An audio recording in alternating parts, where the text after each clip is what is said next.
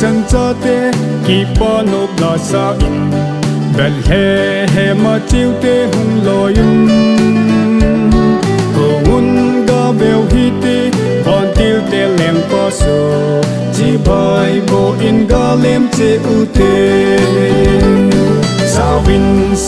Savin ki pa in la savin Tim pi no ya so chang te ho Chat do di nin tu nin Bel he hem bong in na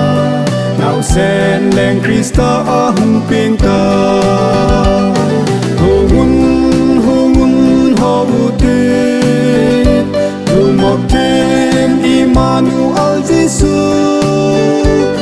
Chang pa ki pa na tu pa ai po pi ui ho mun ga ho bu te leng Krista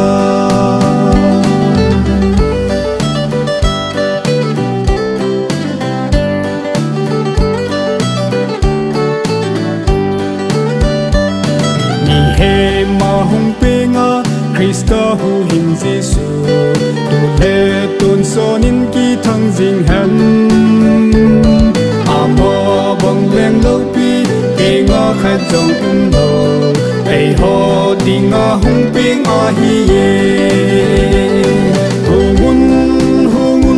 ho u te tu mok tem Immanuel Jesus a chang pa ki pa na tu pa ai po pi ui hungun ga ho u te leng Krista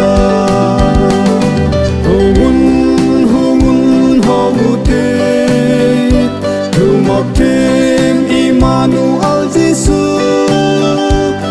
Chang pa ki pa na tu pa ai po pi ui ho mun ga ho u te leng Krista